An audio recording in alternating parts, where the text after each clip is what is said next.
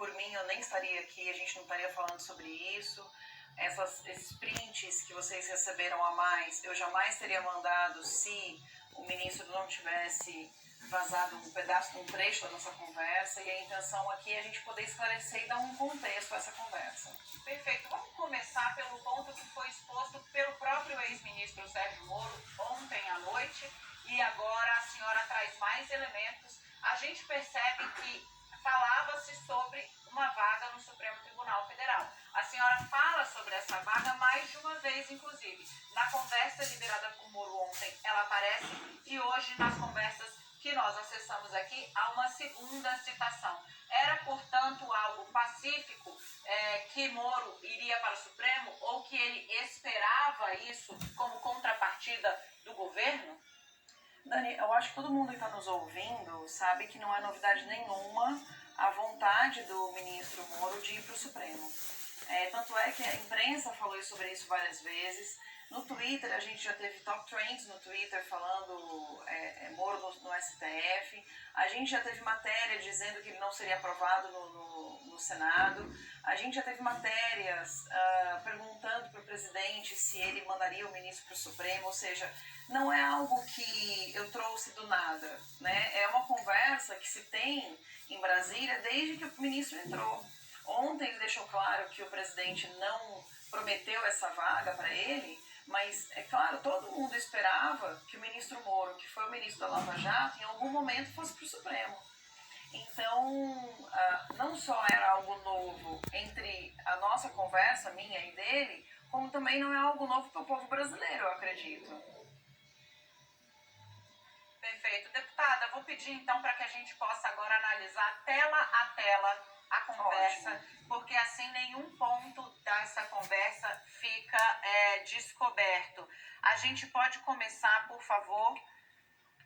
Aí nesse primeiro, a senhora fala aí, ministro, como usual, vou usar de 100% de sinceridade.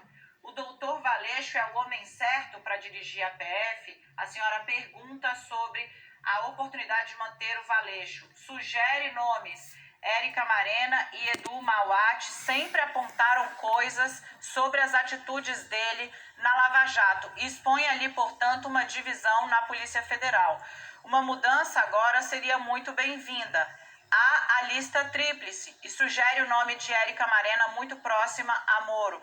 Os casos da Lava Jato no Congresso precisam andar. Moro faz, portanto, uma defesa e cita a atuação de Valeixo ali durante a prisão do ex-presidente Lula, quando houve uma ordem de soltura pelo Tribunal Regional Federal, um desembargador num plantão, e Lula não saiu da prisão por uma intervenção da Polícia Federal. A senhora pede, então, uma conversa olho no olho com o presidente da República, para que ele explique.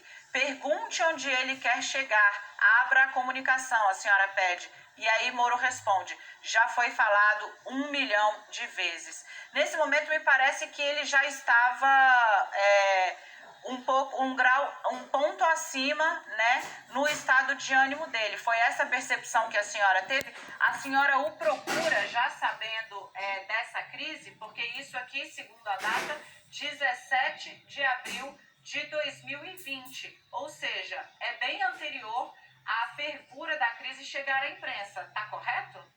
Está correto, e é por isso que eu trouxe essa tela, para provar que a conversa sobre o Valeixo é anterior a essa crise toda. Já houve conversas sobre o Valeixo em outros momentos. Primeiro porque o Valeixo falava que desde janeiro ele estava cansado, que ele queria sair.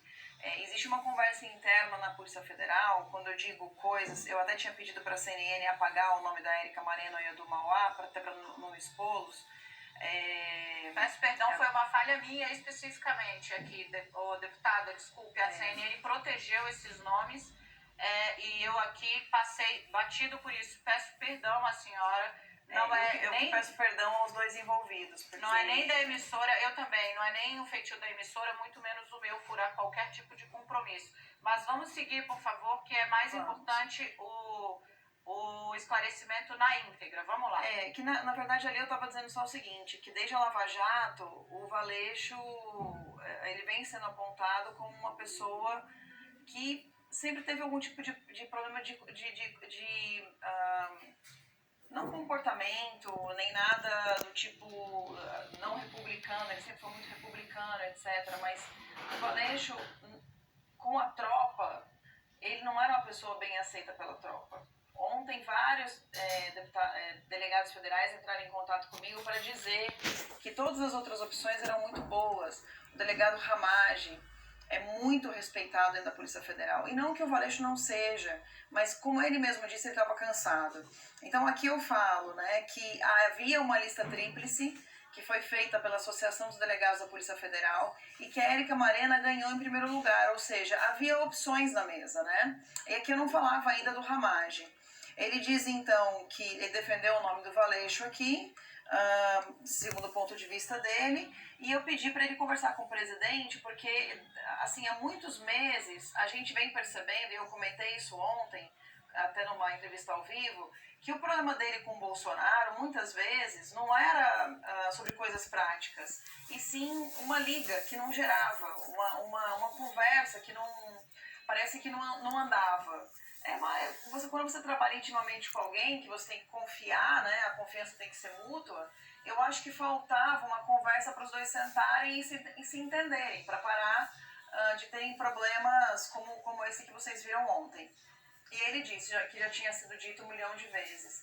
Mas a forma como o Bolsonaro funciona, que é uma pessoa muito aberta, muito espontânea, vocês aqui da CNN cobrem o presidente Bolsonaro muitas vezes ao vivo, vocês percebem que o Bolsonaro é uma pessoa espontânea, uma pessoa transparente, né?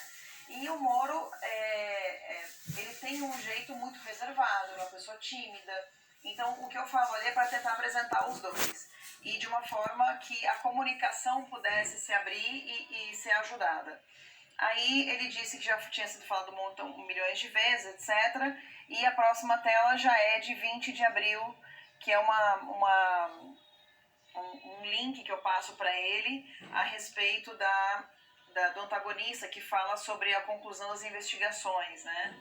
E aí a senhora pede uma informação. Eu queria entender primeiro assim, se ele deu a informação, e ele deu aqui, a gente vê logo abaixo, mas se era praxe pedir informações ao ministro Sérgio Moro sobre investigações em andamento na Polícia Federal. Bom, para responder essa pergunta, eu vou ter que esclarecer a minha função. Eu sou deputada federal e a função principal de um deputado federal, além de legislar, é fiscalizar. E fiscalizar o poder público, no meu caso, o poder público federal.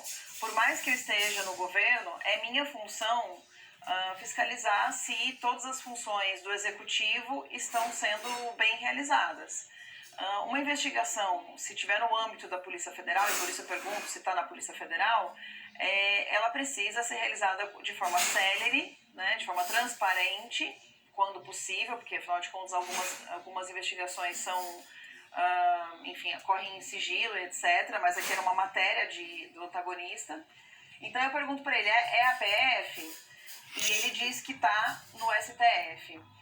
Depois disso tem uma outra matéria, ele manda aqui uma matéria do Globo, mas eu confiro e eu fico sabendo que o PGR solicita, no dia seguinte, eu não mandei isso para o Moro, mas se vocês podem verificar depois, que o próprio Procurador-Geral da República pede para que a Polícia Federal retome as investigações em relação ao presidente da Câmara, Rodrigo Maia.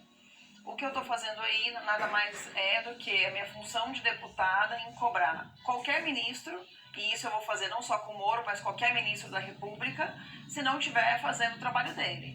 No caso aí era a investigação em cima do presidente da Câmara dos Deputados, que já foi investigado por diversos crimes pela Polícia Federal e até hoje a gente não tem nenhuma conclusão a respeito desses casos. Seguindo aqui a conversa, desculpa, Diego, só para a gente entrar no dia 23, que a gente volta para o cerne dessa confusão, porque aí sim já há crise, né? A senhora, inclusive, mostra ali para ele a ideia de um colapso na economia, porque há uma queda vertiginosa na Bolsa. E aí o ministro já parece bem reticente a conversar de uma maneira mais alongada, eu diria assim, né, Sarza? Sim, ele é bem assertivo nas respostas da senhora e muitas vezes nessa troca de mensagens, deputada, quem fala contigo agora é o Diego Sarza aqui estúdio de São Paulo. Queria saber da senhora, porque muitas vezes a senhora se coloca oferecendo, teria vindo proposta, vinda do presidente da República, Jair Bolsonaro, oferecimentos que viriam do presidente, enfim, aquele jantar que teria sido oferecido pelo presidente. De fato, a senhora estava sendo porta-voz do presidente da República ou eram posicionamentos pessoais da senhora ali naquelas conversas? Todos posicionamentos pessoais meus. Quando eu falo nessa tela aí sobre a gente tentar ter um café da manhã ou conversar pessoalmente com o presidente, é porque a gente já estava numa crise absurda, a imprensa inteira falando que o ministro pediria demissão, e eu tentando dizer para ele que, para ele evitar uma demissão nesse momento, para a gente conversar pessoalmente com o presidente. Mas a senhora chega a dizer que eram convites do presidente, não usa essas palavras? Não, nessa página não, mas mais adiante. Amanhã, vamos marcar amanhã, é como se eu estivesse perguntando para ele se ele quisesse, se ele queria, né? Para eu então perguntar para o presidente. Eu tenho a impressão que se eu pedisse para o presidente, posso levar o ministro Moro amanhã às 7 horas da manhã na Alvorada? A grande probabilidade é que ele dissesse que sim, porque havia, eu por ser afilhada de casamento, né? Ele foi meu padrinho de casamento. E vamos só contextualizar uma coisa que eu acho que é muito importante para quem está ouvindo e talvez não me conheça. Eu sou fundadora do movimento Nas Ruas contra a Corrupção. Desde 2011. E a partir de 2014 eu participei ativamente da luta contra tudo que aconteceu, na verdade a favor da Lava Jato e tudo que faziam contra a Lava Jato. Fui autora de diversos bonecos, aqueles bonecos gigantes. Então eu reproduzi o Pichuleco, que foi criado pelo Movimento Brasil lá de Alagoas, e era responsável por levantar o Pichuleco em várias aparições por todo o Brasil. Também fui responsável por criar outros bonecos, como, por exemplo, o do Gilmar Mendes, ou do Teori, quando tentou dificultar a investigação do Lava Jato. Ou seja, eu era uma ativista pró-Lava Jato, usava a camiseta com a foto do Sérgio Moro, escrito, mexeu com a Polícia Federal ou com o Moro, mexeu comigo. Então a gente está falando de uma pessoa que há anos e anos defende esse ministro e tinha tido algum contato com ele. Tentava evitar o contato naquela época, porque eu fui investigada pela Polícia Federal, eu já fui presa pela Polícia do DF, por conta dessas manifestações, de subir boneco em frente ao STF, etc. Escrevi um livro sobre isso, e nosso contato maior surgiu quando o ministro comprou meu livro, ou teve acesso ao meu livro, e me escreveu agradecendo pelo fato de eu tê-lo citado tantas vezes durante o livro de forma honrosa, isso palavras dele. E a partir daí a gente começou a ter uma comunicação. Então a gente não está falando aqui de uma deputada federal que foi enviada por um presidente para conversar com o ministro de Estado. A gente está falando de uma pessoa que convidou um ministro, né, uma outra pessoa para ser padrinho de casamento, que ele aceitou, que ele fez um discurso em homenagem no meu casamento, ou seja, a gente tinha uma relação. Me chama de prezada como ele chama qualquer um de prezada. A gente até brincava, uma vez brinquei até com a esposa dele, eu falei, ele me chama de prezada ou deputada Zambelli. Ela falou, Carla, se brincar, às vezes ele faz isso até comigo. Então, o que alguns jornalistas estão dizendo que ele me tratava com frieza, ou que a forma dele, é a forma dele ser. A forma dele ser é formal, é uma forma mais fria, uma forma mais tímida, mais reservada. E a partir desse momento aí, do dia 23, você começa a perceber que ele escreve muito menos, e eu comecei a perceber, e aí no próximo print vocês vão ver, que ele já age de uma maneira muito diferente do que ele agia há alguns meses atrás comigo e até alguns dias atrás, quando a gente falou do Valeixo, que ele respondeu amplamente, que ele respondeu com link, etc. É importante também, não sei se vocês tiverem acesso, Dani, mas acho que é importante a CNN resgatar que o print que ele liberou para o Jornal Nacional do presidente da República, ele é datado, assim, o horário da conversa é 7h33, e eles iam se ver às 9h, e o print foi feito às 7h33. Sim, enviou e fez a fotografia, né? E eu não sei se ele fez o mesmo comigo, mas tudo indica... Eu tô tentando achar o print da Jornal Nacional, você pode ver... Aqui, nós podemos resgatar e exibir para seria muito interessante. Se você perceber, os meus prints todos são de agora há pouco, ou seja, minutos atrás de eu chegar aqui no estúdio.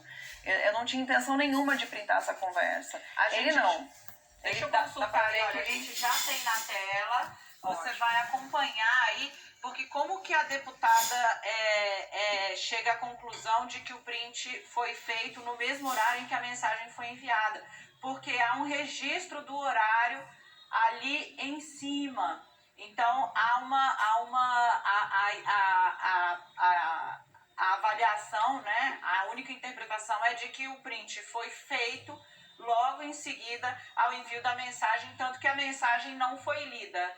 A mensagem ainda está sem aquele sinalzinho do duplo azul. Então, perfeito, a senhora nota aí uma mudança no comportamento do ministro e é importante a gente, a partir daqui, de fato, se debruçar bastante sobre as mensagens, porque esse aqui já é um momento de crise. Quinta-feira, dia 23 de abril, já há reação no mercado financeiro. A senhora escreve para ele às 16 horas, o ministro não responde, a senhora pede, por favor, faz um pedido às 18h43, e aí o ministro responde já secamente. A senhora sugere, então, marcar um encontro às 7 da manhã, amanhã, portanto, sexta-feira, o dia fatídico, às 7 da manhã, a senhora sugere levá-lo lá bem cedo para tentar resolver uma conversa no Alvorada e não no Palácio do Planalto, ou seja, na residência. Perfeito, e você acompanha agora? Porque bem cedo para a gente tentar resolver antes da imprensa começar um novo clima de demissão, né? Ou seja, evitar problemas, não para ser escondido de nada, mas para evitar problemas e, enfim, com toda uma boa vontade. A gente percebe ali que eu peço pelo amor de Deus, eu falo que eu admiro, que eu já fiz por ele. Quer dizer, eu tô completamente desarmada e ele já tá armado porque ali ele estava tirando print. Agora, deputada, a justiça seja feita, eu compreendo os embates, não só as críticas que são feitas, mas a justiça seja feita. Nesse momento já existia mesmo uma crise e, portanto, a imprensa estava registrando o ambiente que a senhora estava tentando acalmar. Apaziguar. Perfeito. Vamos passar